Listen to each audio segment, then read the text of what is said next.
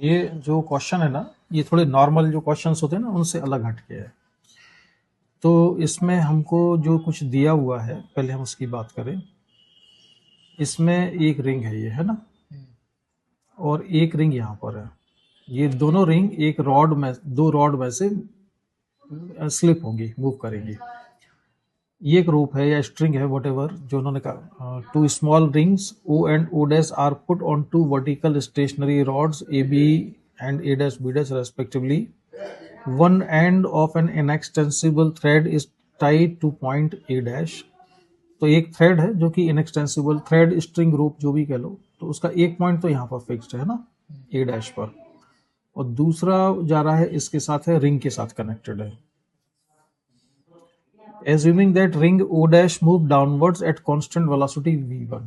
देखो यहाँ पर ये वाली रिंग मूव करती है कांस्टेंट वेलोसिटी v1 से, ये गिवन है कि कांस्टेंट वेलोसिटी v1 से ये मूव करेगी। तो अगर ये v1 से जब रिंग मूव करेगी तो यहाँ वाली जो लेंथ है स्ट्रिंग की, ये चेंज होगी, ये लेंथ बढ़ती जाएगी यहाँ पर, ठीक है। और जो ये वाली रिंग है, जैसे जैसे यहाँ बढ़ रहा है तो ये वाली लेंथ कैसी होनी चाहिए, ये वाली कम होनी चाहिए। तो क्या होगा कि ये रिंग जैसे जैसे ऊपर जाएगी ना, मान लो ये यहाँ आ गई तो फिर ये इस तरह से हो जाएगी, तो ये कैसे होगी, कम हो गई, अब लेंथ कम हुई कि नहीं। ये रिंग मतलब ये जो रोप है वो तो कांस्टेंट रहेगी। नहीं, वो कांस्टेंट नहीं है। तुम यही सबसे बढ़िया चीज है इस क्वेश्चन की, ये जो लेंथ है ना ये कांस्टेंट नहीं है। अगर रोप ऐसी होती तो ये डिस्टेंस कांस्टेंट होती, लेकिन रोप अभी ऐसी है, थोड़ी देर बाद रोप कैसी हो जाएगी, इधर हो जाएगी, फिर ऐसी हो जाएगी, तो लेंथ बदल रही है ना। फिर ऐसी होगी तब लेंथ कितनी हो जाएगी इसकी, मिनिमम।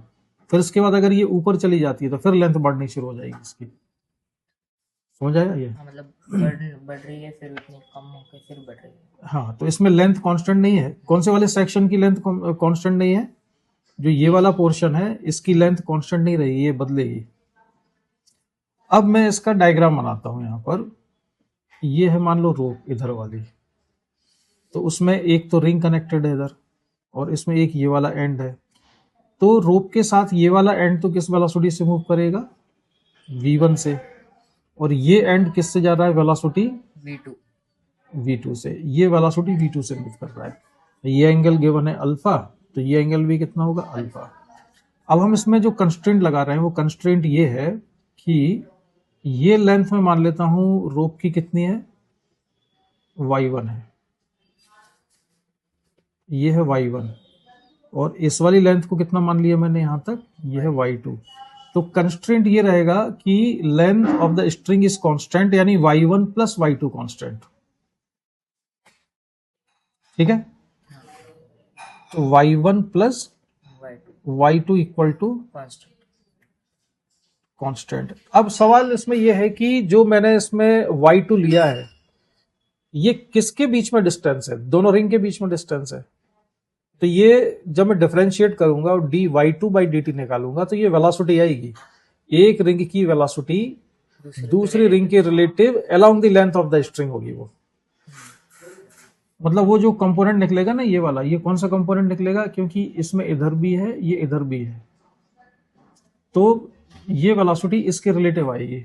अब हो सकता है रिलेटिव वेलोसिटी का तुमने फॉर्मूला ना पढ़ा हो, पढ़ा हुआ है कौन सा, कोई भी, जैसे ये वाला होता है ना, velocity of A with respect to B equal to क्या, a minus velocity of b minus velocity of B. अब ये वेक्टर फॉर्म में होते हैं, मुझे ए और बी की वैल्यू अगर रखनी है तो इनका साइन रखना पड़ेगा ए और बी का।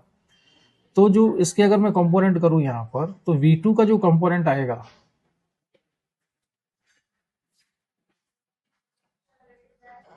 ये है v2, तो v2 का कंपोनेंट इधर कितना आएगा, v2 cos अल्फा, ये v2 cos अल्फा आया। और जो v1 है वो नीचे है, ये v1 नीचे है इसमें, तो इसका कंपोनेंट यहाँ कितना आया, ये भी अल्फा ही था, तो ये कितना है, v1 cos अल्फा। ये दोनों जो वेलोसिटी के जो कंपोनेंट है ना, ये इक्वल नहीं है मैग्नीट्यूड में। अगर दोनों मैग्नीट्यूड में इक्वल होते तब तो ये रिलेटिव वेलोसिटी यहाँ 0 हो जाती या फिर डायरेक्ट ऐड हो जाती। ये दोनों कंपोनेंट अलग अलग हैं, तो हम रिलेटिव वेलोसिटी के फॉर्मूले से लिखेंगे। यही वाला पार्ट है ना जो तुमको नहीं आ रहा है, मतलब तुम ऐसे समझो, एक पार्टिकल यहाँ मैंने पर है, अलग तरीके से सॉल्व किया था। एक पार्टिकल यहाँ पर है, एक की वेलोसिटी इधर है, कितनी है ये वेलोसिटी? v2 cos अल्फा, ये है v2 cos अल्फा, और ये कितना है? v1 cos alpha. v1 cos alpha. अब इनके बीच का जो डिस्टेंस है, ये डिस्टेंस हमने कितना लिया है? y2।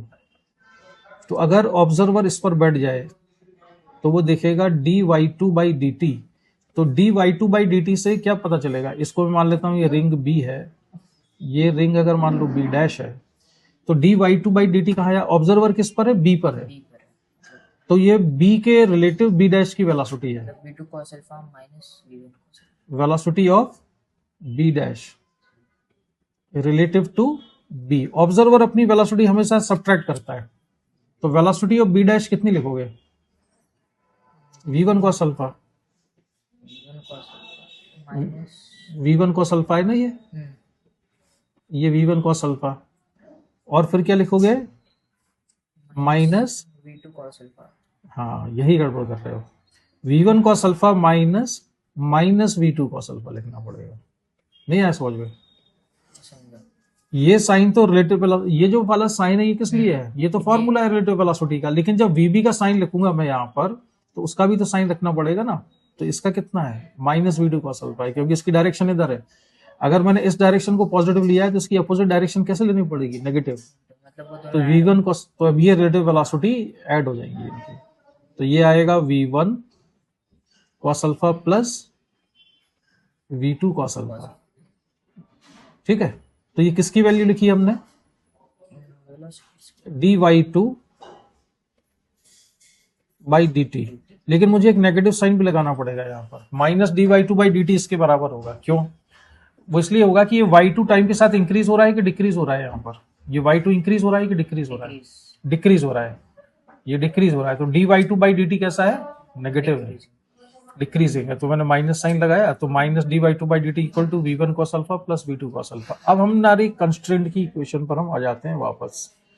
तो डिफरेंशिएट किया तो ये हुआ dy1 by D T plus dy2 by D T equal to 0। तो dy1 by D T equal to कितना होगा? Minus dy2 by D T. dy1 by D T कितना था? v1 था, ये dy1 बाई डी टी, ये तो simple v1 ही था, इक्वल टू, और minus dy2 by D T कितना है? v1 cos alpha plus v2 cos alpha. तो हमको क्या v2 निकालना है कि v1 निकालना है? v2। तो इसको हम लिख सकते हैं v2 equal to v1 into 1 minus upon cos alpha. और 1 माइनस cos अल्फा कितना होता है? Sine alpha theta by 2, sine square alpha theta by 2 sine square alpha by 2 upon cos alpha. तो इसका जो ऑप्शन थे कहाँ गए? मैंने ऑप्शन ही लिखे क्या? ऑप्शन 1। हाँ, तो खैर ये अभी ऑप्शन उसमें से देख लेना, ये हो जाएगा 2 sine square alpha by 2 upon cos alpha. तो ये इसका क्या हो गया? आंसर हो गया। अब बताओ इसमें कहाँ डाउट है?